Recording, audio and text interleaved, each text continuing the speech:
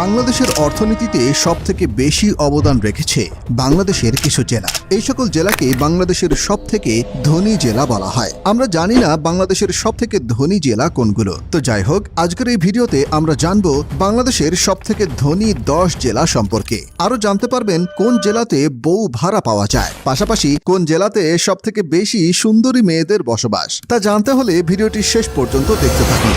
তো 10 নম্বরে রয়েছে খুলনা জেলা। বাংলাদেশের ধনী 10টি জেলার মধ্যে 10 নম্বরে রয়েছে খুলনা জেলা। বাংলাদেশের দক্ষিণ পশ্চিমাঞ্চলে অবস্থিত এই জেলাটি জাহানাবাদ নামে পরিচিত। সুন্দরবন, নারকেল এবং চিংড়ির জন্য সবথেকে বিখ্যাত হচ্ছে খুলনা। খুলনা জেলাকে বলা হয় বাংলাদেশের অন্যতম সেরা একটি শিল্পনগরী। তাছাড়া এই শহরকে বলা হয় রূপালী শহর। এই খুলনা জেলা থেকে বাংলাদেশের অনেক তারকা উঠে এসেছে। এর মধ্যে রয়েছে বাংলাদেশের সেনাপ্রধান, এছাড়াও রয়েছে অনেক জনপ্রিয় অভিনেতা এবং অভিনেত্রী। রয়েছে মাইকেল মধুসূদন দত্ত, ক্রিকেটার আব্দুর রাজ্জাক এবং সৌম্য সরকার।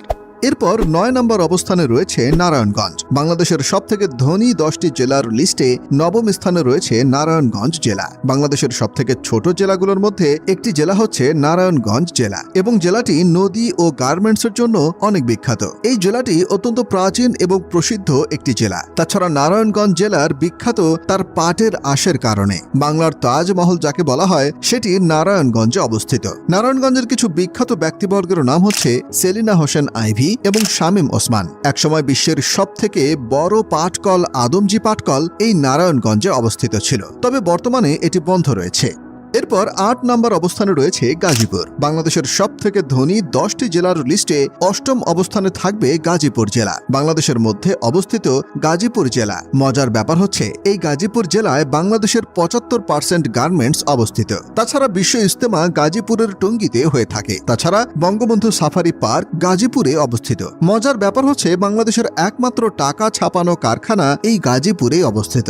গাজীপুরের এই জায়গাতে বাংলাদেশের সকল টাকা ছাপানো হয় থাকে। তাছাড়া বাংলাদেশের একমাত্র অস্ত্র কারখানা এই গাজীপুরেই অবস্থিত। বাংলাদেশের সবথেকে বড় কারাগার কাশিমপুর কেন্দ্রীয় কারাগার এই গাজীপুরেই অবস্থিত। তাছাড়া বাংলাদেশের কৃষি গবেষণা ইনস্টিটিউট, বাংলাদেশ ধান গবেষণা ইনস্টিটিউট ইত্যাদি এই গাজীপুরে অবস্থিত। বাংলাদেশের প্রথম প্রধানমন্ত্রী তাজ উদ্দিন আহমেদের বাসা হচ্ছে গাজীপুরে। মজার ব্যাপার হলো আমিও গাজীপুরের ছেলে। অবশ্যই কমেন্ট করে জানাবেন কে কে গাজীপুর থেকে এই ভিডিওটি দেখছেন। এখন আপনি বুঝতে পারবেন এই গাজীপুর কতটা গুরুত্বপূর্ণ একটি জেলা। এরপর 7 নম্বর অবস্থানে রয়েছে মানিকগঞ্জ। বাংলাদেশের সবথেকে ধনী 10টি জেলার লিস্টে শক্ত অবস্থানে রয়েছে মানিকগঞ্জ জেলা। বাংলাদেশের ঢাকা বিভাগের অন্যতম গুরুত্বপূর্ণ একটি জেলা হচ্ছে মানিকগঞ্জ। এই জেলাটি অর্থনৈতিক দিক থেকে অনেক এগিয়ে। বাংলাদেশের অন্যতম গুরুত্বপূর্ণ যমুনা সেতু মানিকগঞ্জে অবস্থিত। তাছাড়া মানিকগঞ্জ এমন একটি জেলা যেখানে দেশের সবচেয়ে বড় বড় নদীগুলো রয়েছে। তাছাড়া মানিকগঞ্জ জেলা লোকসঙ্গীত ও খেজুর গুড়ের জন্য বিখ্যাত। এরপর 6 নম্বর অবস্থানে রয়েছে হবিগঞ্জ জেলা। বাংলাদেশের সবথেকে ধনী 10টি জেলার লিস্টে 6 নম্বর অবস্থানে রয়েছে হবিগঞ্জ জেলা। এটি বাংলাদেশের উত্তর পূর্ব অঞ্চলের একটি জেলা। 1984 সালে হবিগঞ্জ জেলাতে রূপান্তরিত করা হয়। এতে রয়েছে প্রাকৃতিক গ্যাস এবং সিলিকা বালি। তাছাড়া হবিগঞ্জে রয়েছে 3টি গ্যাস ক্ষেত্র। তাছাড়া হবিগঞ্জ জেলা বিখ্যাত তার চায়ের বাগান এবং রাবার বাগানের জন্য। এরপর 5 নম্বর অবস্থানে রয়েছে কুমিল্লা। বাংলাদেশের সবথেকে ধনী 10টি জেলার লিস্টে 5ম অবস্থানে থাকবে কুমিল্লা। অর্থনৈতিক দিক থেকে অনেক এগিয়ে রয়েছে কুমিল্লা। বাংলাদেশের দক্ষিণ পূর্বাঞ্চলে অন্যতম একটি জেলা হচ্ছে কুমিল্লা। এই জেলাটি খাঁটি কাপড় এবং রসমালাইয়ের জন্য বিখ্যাত। আমি ব্যক্তিগতভাবে রসমালাই খেতে অনেক বেশি পছন্দ করি। আর যদি হয় কুমিল্লার রসমালাই, তাহলে তো আর কোনো কথাই নেই। অবশ্যই কমেন্ট করে জানাবেন কুমিল্লা থেকে কে কে এই ভিডিওটি দেখছেন। আমার অনেক কাছের কিছু মানুষ কুমিল্লাতে থাকে। কুমিল্লা জেলার অর্থনীতি কৃষির উপরে নির্ভরশীল থাকে। এই জেলার বিখ্যাত কিছু ব্যক্তিবর্গের নাম হচ্ছে কণ্ঠশিল্পী আসিফ, তাছাড়া চলচ্চিত্র অভিনেত্রী আনোয়ারা রয়েছে, অভিনেতা ফেরদাউস এবং মাওলানা মিজানুর রহমান আজহারি। এরপর 4 নম্বর অবস্থানে রয়েছে চট্টগ্রাম। বাংলাদেশের সবথেকে ধনী 10টি জেলার লিস্টে 4র্থ স্থানে রয়েছে চট্টগ্রাম। দক্ষিণ পূর্বাঞ্চলের অন্যতম বড় একটি জেলা হচ্ছে চট্টগ্রাম। তাছাড়া বাংলাদেশের বাণিজ্যিক রাজধানী বলা হয় চট্টগ্রামকে। চট্টগ্রাম বন্দরের মাধ্যমে বাংলাদেশের আমদানি এবং রপ্তানি হয়ে থাকে। বাংলাদেশের রাজস্ব আয়ের 60% আসে এই চট্টগ্রামের ব্যবসা থেকে। এই জেলাটি পাহাড়ি এবং সামুদ্রিক জেলা হিসেবে পরিচিত। চট্টগ্রাম জেলার অর্থনীতি নির্ভর করে কৃষি, বাণিজ্য এবং শিল্পের উপরে। তাছাড়া এই জেলাটি লবণ এবং শুটকি মাছের জন্য অনেক অনেক বিখ্যাত। চট্টগ্রামে প্রচুর পরিমাণে সামুদ্রিক মাছ পাওয়া যায়। তাছাড়া চট্টগ্রামে অসংখ্য পীরের মাজার রয়েছে। আমার কাছে ব্যক্তিগতভাবে পাহাড়ি এলাকাগুলো অনেক বেশি ভালো লাগে। অবশ্যই কমেন্ট করে জানাবেন আপনার কাছে পাহাড়ি এলাকাগুলো কেমন লাগে।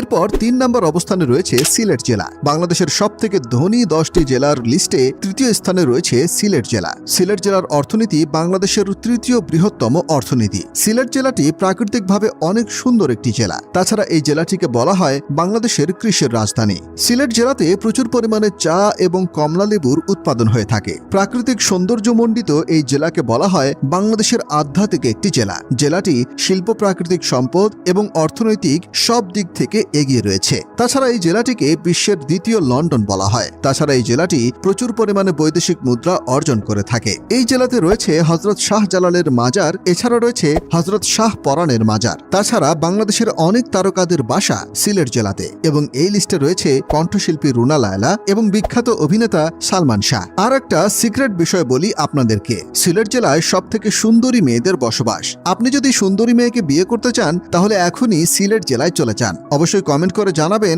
সিলেট জেলা থেকে কে কে এই ভিডিওটি দেখছেন।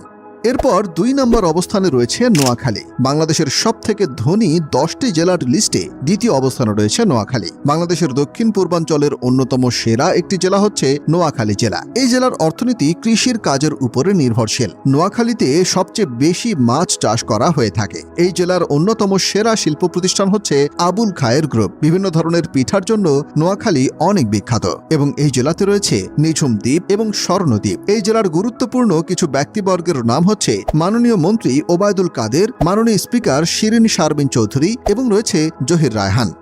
এরপর 1 নম্বর অবস্থানে রয়েছে ঢাকা। বাংলাদেশের সবথেকে ধনী জেলা বলা হয় ঢাকাকে। আপনারা হয়তো এতক্ষণ ঢাকাকে এই লিস্টে খুঁজছিলেন। বাংলাদেশের সবথেকে গুরুত্বপূর্ণ বাণিজ্যিক কেন্দ্র হচ্ছে ঢাকা। ঢাকার প্রধান শিল্প এলাকা হচ্ছে তেজগাঁও এবং হাজারীবাগ। তাছাড়া বাংলাদেশের বেশিরভাগ অফিসের হেডকোয়ার্টার ঢাকাতে অবস্থিত। তাছাড়া বাংলাদেশের যত বড় বড় শিল্প প্রতিষ্ঠান রয়েছে সেগুলোর প্রধান অফিস ঢাকাতে রয়েছে। দক্ষিণ এশিয়ার মুম্বাই শহরের পরেই দ্বিতীয় বৃহত্তম অর্থনৈতিক জেলা হচ্ছে ঢাকা। তাছাড়া ঢাকা জেলাটি কাচ্চি বিরিয়ানির জন্য অনেক জনপ্রিয়। তো যাই হোক, আপনারা দেখতে পেলেন বাংলাদেশের সবথেকে ধনী জেলা কোনগুলো। এর মধ্যে আপনি কোন জেলার বাসিন্দা তা কমেন্ট করে জানাবেন। আপনি কি জানেন বাংলাদেশের কোন জেলাগুলোকে গরিব জেলা বলা হয়? যদি না জেনে থাকেন তাহলে এই ভিডিওটি দেখুন।